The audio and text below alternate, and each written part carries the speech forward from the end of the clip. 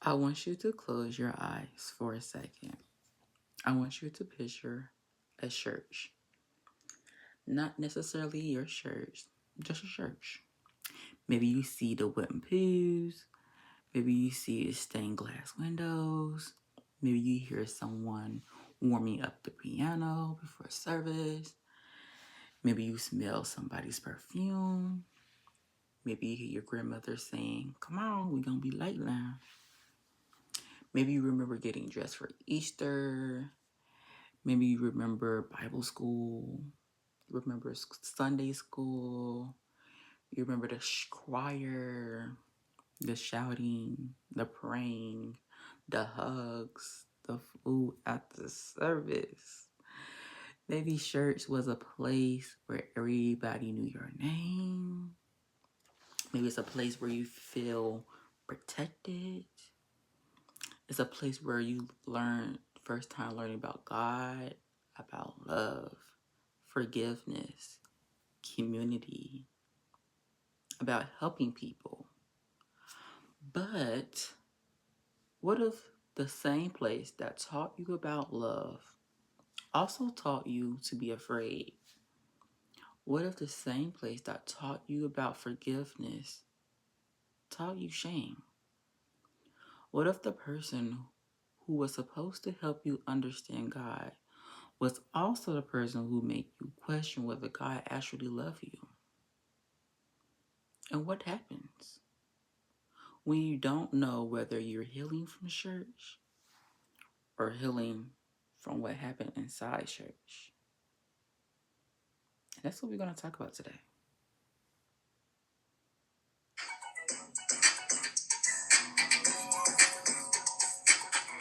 It's a juicy party, yeah, you kidding, man. Grab a seat, drink, you know it's Jen.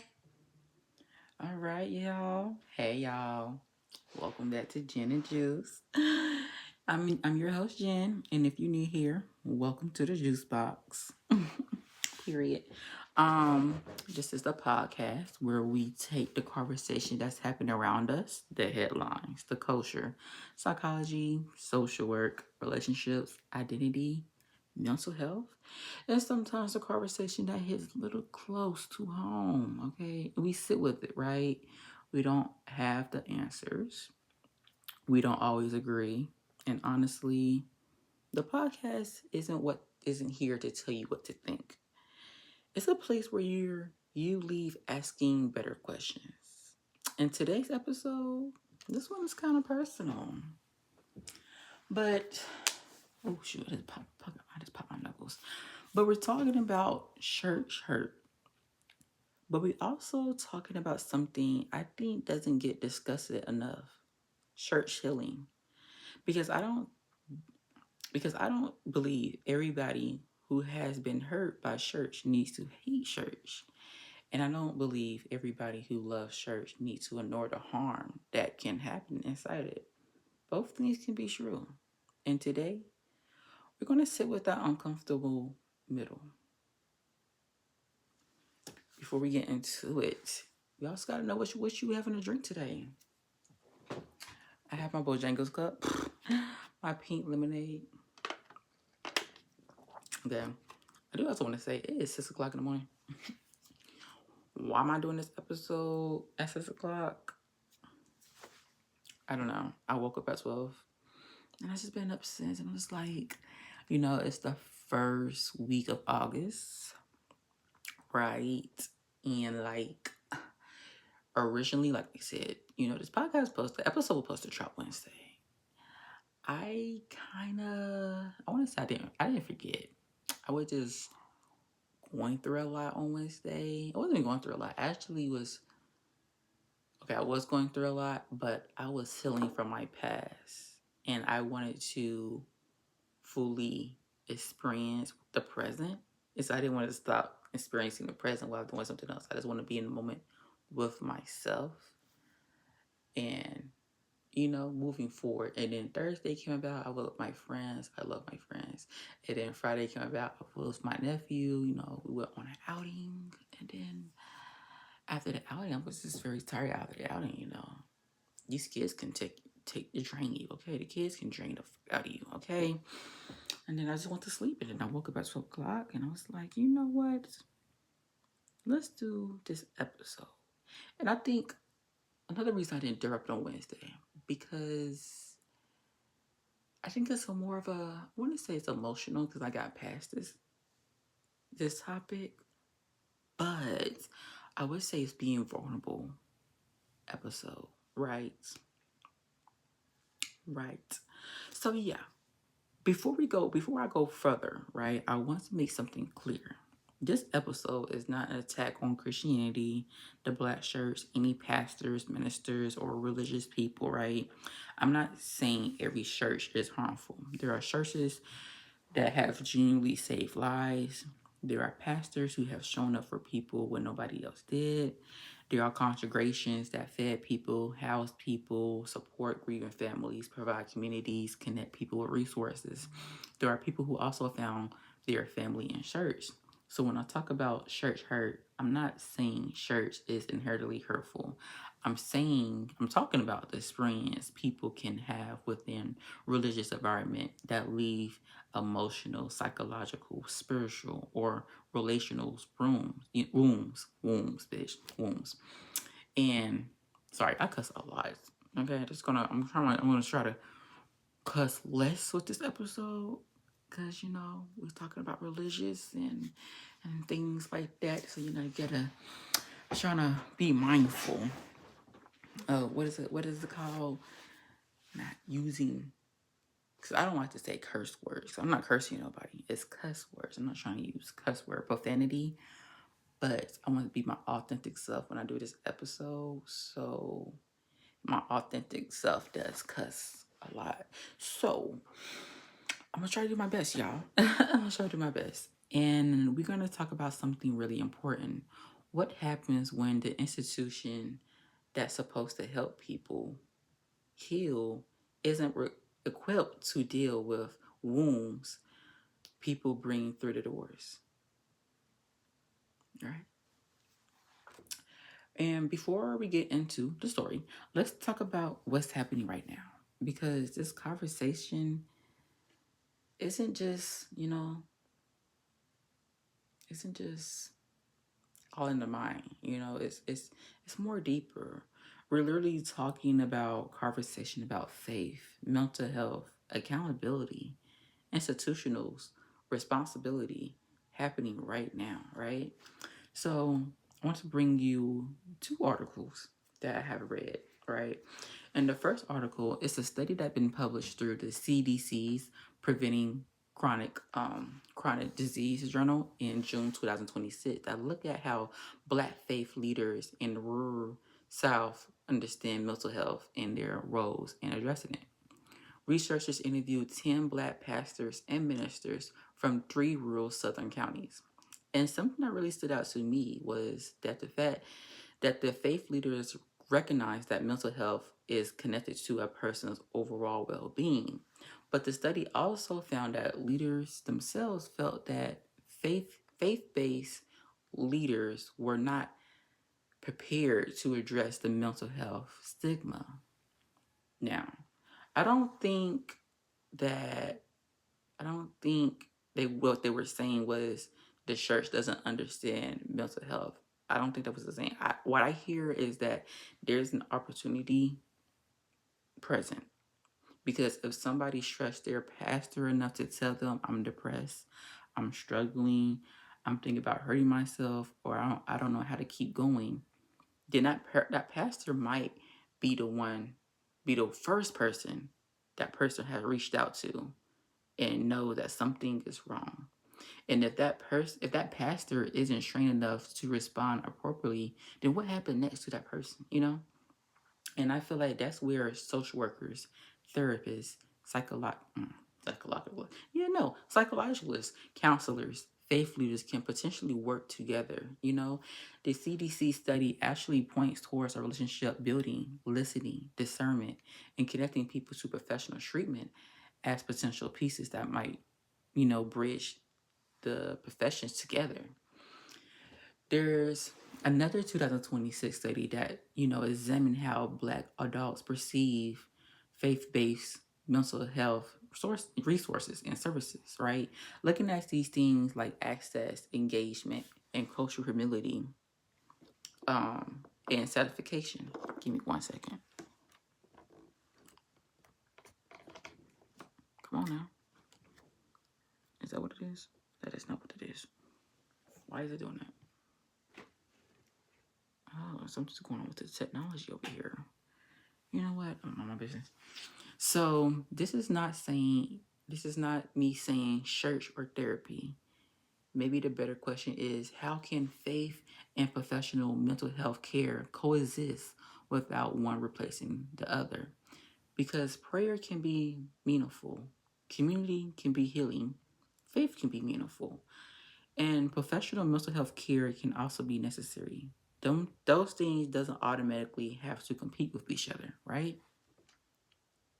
Now, the second story is a little heavier, right? Recently, the Arizona Supreme Court ruled that anyone who learns about child abuse through religious confession isn't required to report that information under the state's protected confession rules. The case involved allegations of abuse within a family, questions about what religious confidentiality, bitch. I'm sorry. Stop cussing. The question about what's religious confidentiality, take it slow, thank you, means when a vulnerable child may be at risk. Whew, these big old words, they're not even really big. They just, I'm trying to hurry up. I've been making these, I don't want these episodes to be too long. That's what I don't want to be. Right? And I want to be extremely careful here, right? This isn't me telling you that every pastor is hiding abuse. It isn't me telling you that religious confession shouldn't exist.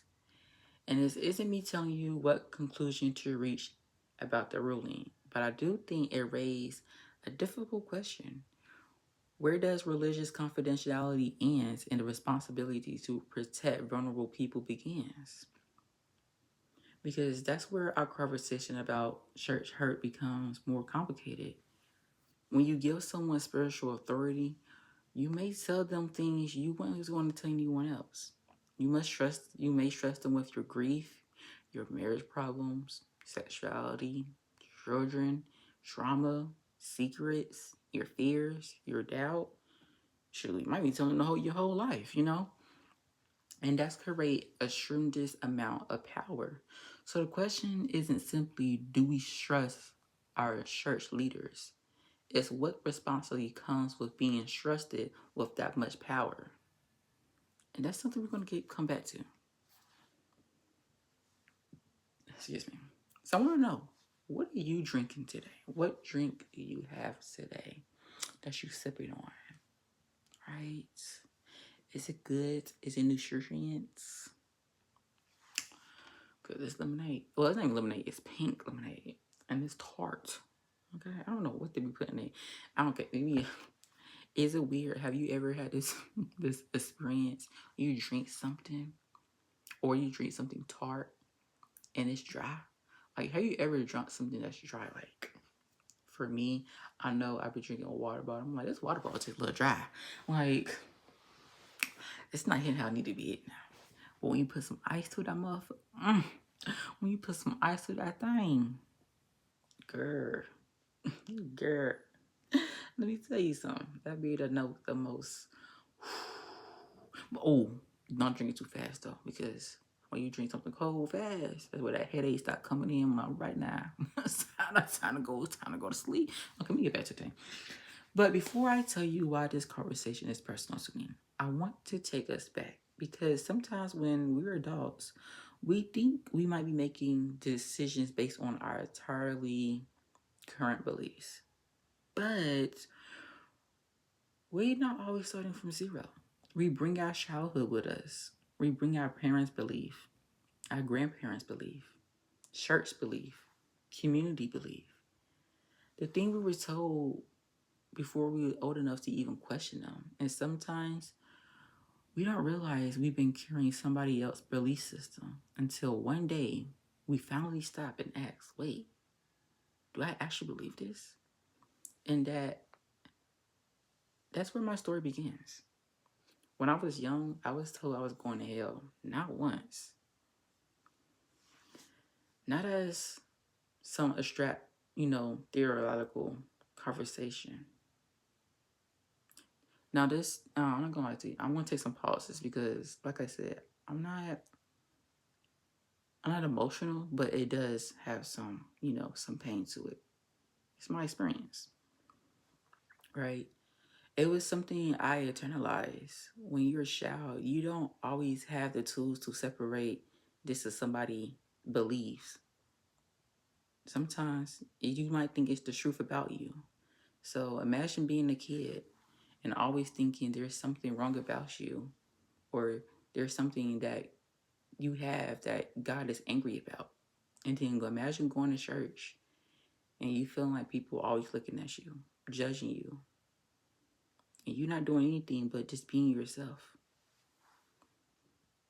But you already learned there is something about me that makes people uncomfortable. Like you always have that, right? And then as I got older, there was moments where, there was close people in my family, didn't want to be associated with me. Like I would wear certain shoes, and the shoes could be like a lot of colors. Not necessarily saying the rainbow colors, but I wear shoes that's very colorful. My own people didn't even want to sit beside me because they didn't want to get a certain, get talked about because of what I wear. And that's a different kind of hurt because church is supposed to be about community. It's about a place where you be able to come as who you are. And the people who brought you into that environment doesn't even want to be publicly associated with you. You start to ask the questions, what am I doing wrong? What's wrong with me? And then 2021, my dad passed away. I was grieving. I wanted to have a conversation with my pastor about life after death.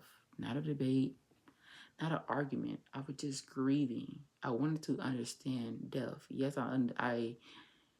yes, my people in the past before 2021 passed, they died. But when it hit, if the person that's in my own household, it happened. I had to really fully process what was going on, right? And I wanted to understand where my dad was. I was trying to understand what happens after I lose someone that really close to me. But instead, the conversation I had with my pastor was about my sexual orientation and about where I was going to end up at. And that kind of stayed with me. But here's the thing, right? The pastor's wife gave me a complete different message. She talked about my future. She told me where my life could go past after my dad died. That I would connect to the right people. That there was something ahead of me. So inside that same environment, I received two different messages about who I could become.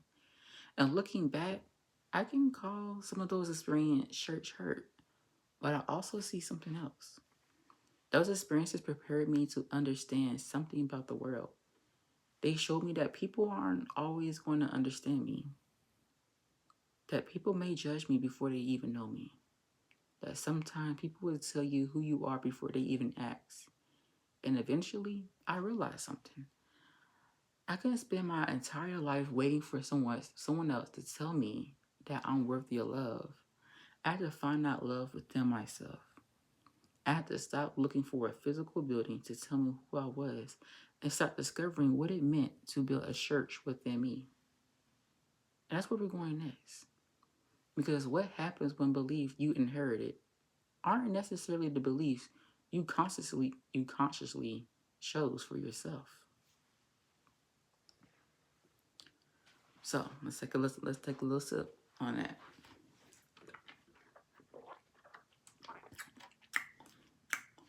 It's a little watered down. So let's talk about the womb. When I'm saying womb, I'm saying WOUND, not WOMB. just for people to understand what I'm saying. But when we talk about the womb, when we say church hurt, I think sometimes people imagine one specific thing. Maybe a pastor said something hurtful. Maybe somebody judged you. Maybe you stopped going to church because you disagree with something. But church hurt can be much deeper than that. Sometimes it's not one moment. It's years of messages, years of expectations, years of being told what you supposed to believe, who you supposed to be, how you supposed to behave, who you're supposed to love, sorry. What are you supposed to question? What not to question? And those messages starts when you're a child. They don't always feel like opinions. They feel like reality. And now this is where I want to introduce the first psychology concept. It's called internalization. Sorry, I had to you gotta sound out for a second. Internalization. Internalization basically describes what happens when belief, values, rules, or messages from people and environments around us becomes part of a way we understand ourselves in the world. And think about how powerful that is when you're a child. A child doesn't have the same ability as an adult to say, I wonder if that's actually true. A child usually trusts the adults around them. So if your parents tell you God doesn't like that, you may not think, oh, that's my parents' interpretation of religion. You may think God doesn't like me. And that's a completely different message. That's why I think inherited beliefs are worth examining, because sometimes the belief isn't ours. We inherit it from our parents, our grandparents, the church, the community, or just our culture. And maybe nobody gave us permission to question it. And I want to make something very clear. Questioning a belief doesn't automatically mean you're rejecting it. You can question something and eventually decide, you know what? I still believe this, and that's completely okay. We can also question something and realize, wait, I don't actually believe this anymore. And that's perfectly okay too. I think sometimes people are taught that questioning means you're losing faith. But what if questioning is actually part of developing your own faith? Because if every belief you have ever handed to you, at some point, you have to decide what you're actually going to carry moving forward. Now, here's another concept that fits in. It's called, now I used this one in a previous episode, I believe episode 9 and 8. It's called cognitive dissonance. This is what happens when you hold two conflicting thoughts, beliefs, or experiences at the same time. The church can create some kind of complicated examples of this. Imagine being taught God loves everyone, but then being treated like you're unacceptable. Now you're holding two things. God loves me, and people who represent God doesn't accept me. Those two experiences doesn't easily fit together. So your brains have to figure out, what do I do with this? Maybe you decide God loves me, but the people are wrong. Maybe you decide there's something's wrong with me. Maybe you decide, maybe I don't believe in any of this. Or maybe you carry the contradiction for years and don't even realize it's affecting you. That's cognitive dissonance. And this is where I experienced after losing my dad.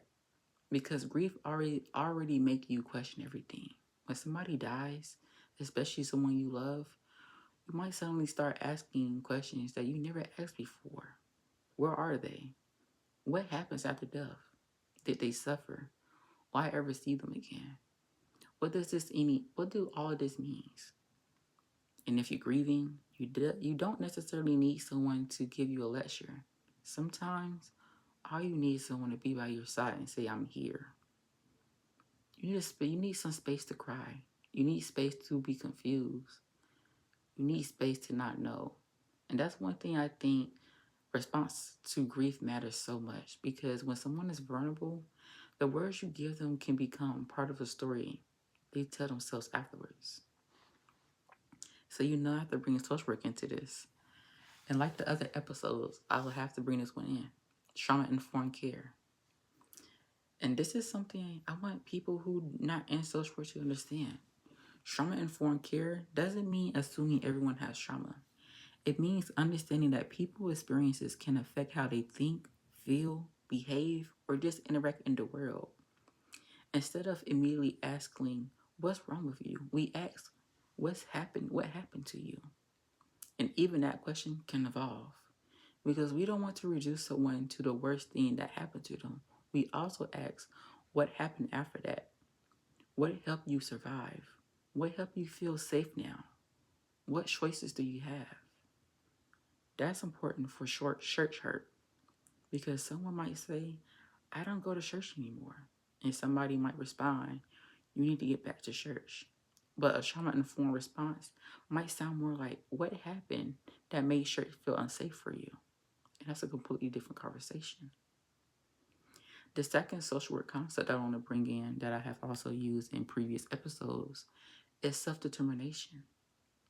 Social work recognizes that people have the right to participate in decisions about their own lives.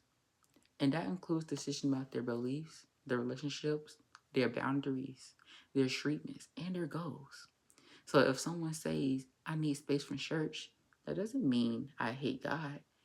They're just saying, I need to figure out what I believe without someone standing over me and telling me what I'm allowed to believe. And that's the difference. A social worker shouldn't be deciding you need to go back to church or you need to leave religion. Their job isn't to replace one authority with another. It's help the person explore what they want. That's self-determination. And now, let's talk about something that can make church hurt more complicated, which is power. Because a pastor isn't necessarily just another person in a room. Too many people. A pastor represents spiritual authority. So when that person says, this is what God says about you, that statement can carry a lot of weight, especially for a child. Someone that's grieving, someone that possibly questions their identity, especially for someone who's been taught their entire life that disobeying spiritual authority have eternal consequences. That's why we have talks about power, because influence isn't automatically abuse. Authority isn't automatically abuse.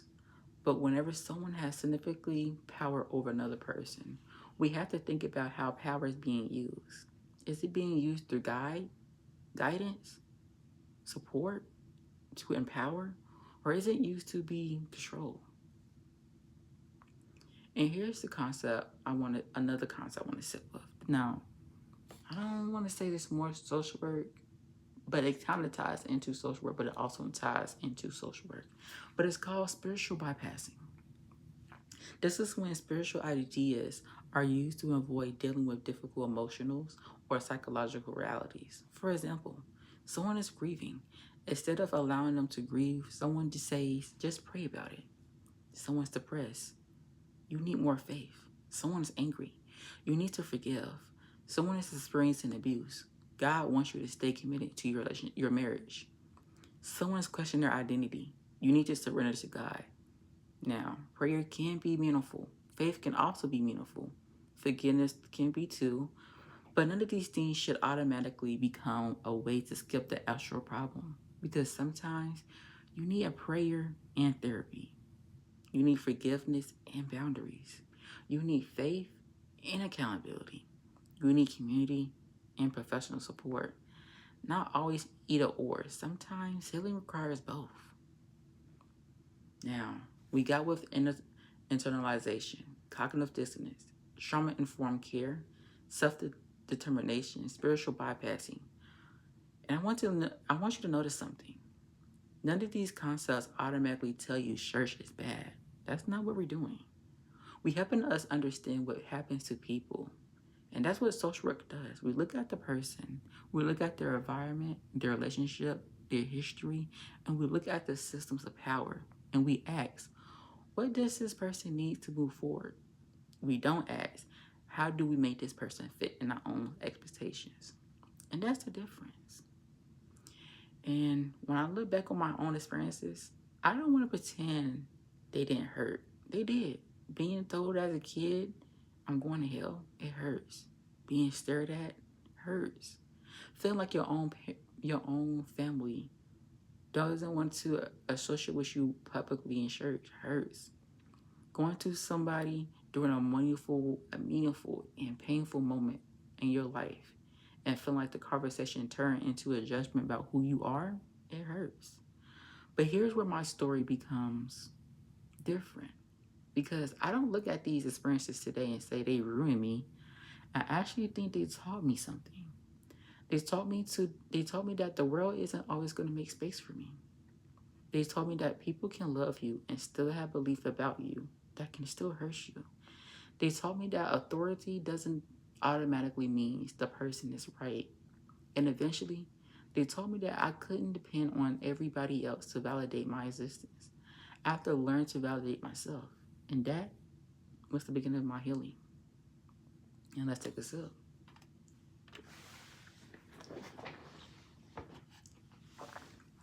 I stopped asking, where is my church? And started asking, what does church mean to me? That question changed everything. Because maybe the healing wasn't waiting for me in another building. Maybe it started within inside me.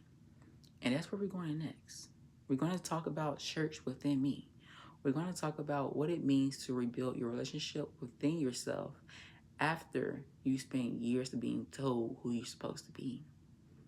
And the question that we're going to ask might make you feel uncomfortable, but I think that's where healing starts. Right? So, overall, we talked about the beliefs we inherited, the things we experienced, the ways those experiences can follow us long after we left the building. Now I want us to talk about something different, the healing. I want to start with something I had to learn for myself. Healing doesn't always look like going back. Sometimes healing looks like stepping away.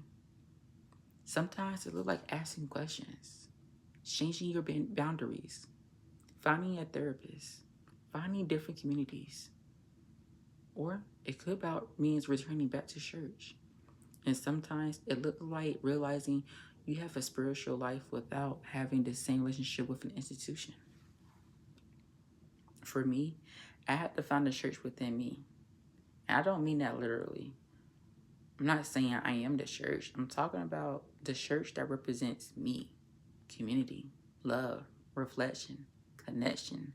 A place where I can ask questions, where I can be honest, where I feel safe. And I realized I couldn't keep looking for all those things outside of me. I had to start building some of those within me. I had to learn how to sit with myself, how to forgive myself, how to question things without immediately feeling guilty, how to separate fear from faith, separate shame from morality, and have to separate somebody else's interpretation of God from my own relationship with spirituality. And that process wasn't easy. Because when you've been taught about something since your childhood, changing relationships with the belief can feel like you're betraying everybody who taught you it. But sometimes you're not betraying anybody. You're becoming more honest with yourself.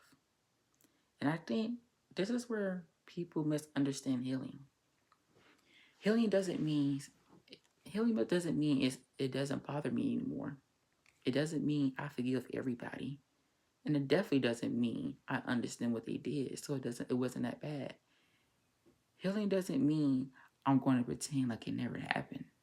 Sometimes healing means it happened, it affected me, and I'm deciding what happened next. That's different. Because I don't want my past to have the final say in who I become. I can acknowledge what happened without allowing it to become my whole entire identity. Now, I want to do something a little different. I want you to I want you to sit with these questions. Don't answer them for me, for your parents, for your pastor or your friends. Answer them for yourself. I have 5 questions I want you to sit with, right? The first one, what belief do I have today that I never shows myself? And who taught you about them things? Do you still believe them? Question 2, when I think about God or spirituality, what emotion comes up first?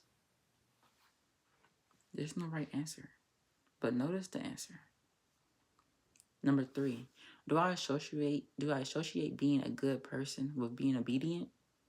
Because those things aren't necessarily the same thing. You can be obedient and still cause harm. You can question authority and still have integrity. You can disagree with someone and still love them. Question 4. Have I ever called something God's will because I didn't know how else to perceive it or process it? Sometimes we use spiritual language when we overwhelm because it gives an uncertainty structure. But sometimes we need to admit we don't have the answer, and that's okay. Question 5. Who am I when nobody is telling me who I'm supposed to be? Who are you without the expectations, the labels, the fear, the approval, without trying to make everyone else comfortable? Who are you? And I want to answer that question myself because for a long time, I didn't think I was trying to figure out who I was based on about how other people react to me. Eventually, I realized people's reactions to me aren't always a reflection of me. Sometimes it's a reflection of them, their own beliefs, their fear, their experiences, their limitations. And that doesn't mean their behavior can't hurt me. It means that I don't have to turn their judgment into my identity. So when I say I found church within me, I'm talking about learning how to create a place inside myself where I can exist without constantly asking myself, am I acceptable? Because I am. I don't have to earn my humanity. I don't have to perform for love. I don't have to become somebody else to deserve compassion. And I also want to make something else clear. Self-love doesn't mean I can do whatever I want and nobody can criticize me. Healing doesn't remove accountability. You can love yourself and still say I was wrong. You can have boundaries and still apologize. You can question your childhood beliefs and still recognize some of them taught you a meaningful thing. You can criticize the church and still acknowledge the good it has done. You can leave a church and still love God. You can stay in the church and still demand accountability. And that's a conversation. So maybe the question isn't how do we get people to go back to church? Maybe we should ask, how do we make church a place people don't need to heal from? What would that require? Maybe it means pastors are being willing to say, I don't know. Maybe it means referring people to a therapist when they need professional help. Maybe it means believing survivors or protecting children, respecting people's boundaries, allowing people to ask difficult questions. Maybe it means understanding that mental illness isn't automatically a lack of faith.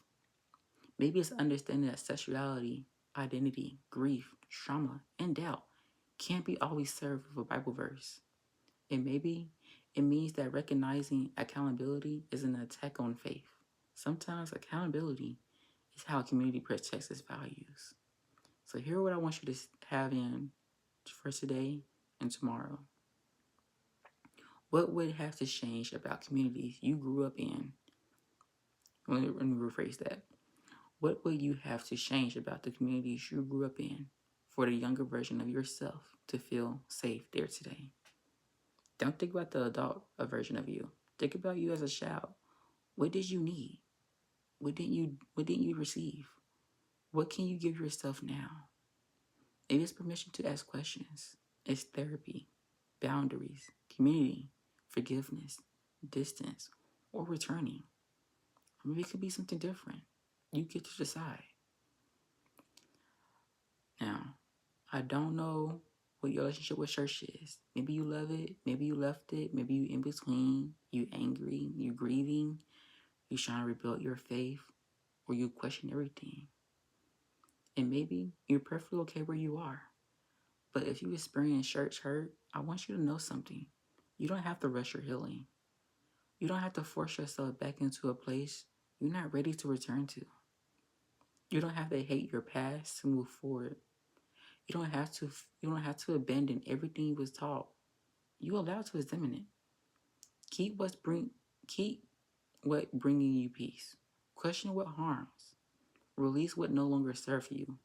Build something that's feel honest, because maybe the goal isn't always to find another church. Maybe sometimes the goal is to find you. And for me, that's what it meant to find church within me. And so, to the people, the lovely people in the juice box, that's the end of today's episode. If today's made you think or made you feel uncomfortable, or if it brought something up that you haven't thought about in years, sit with it. Talk about it. Journal about it.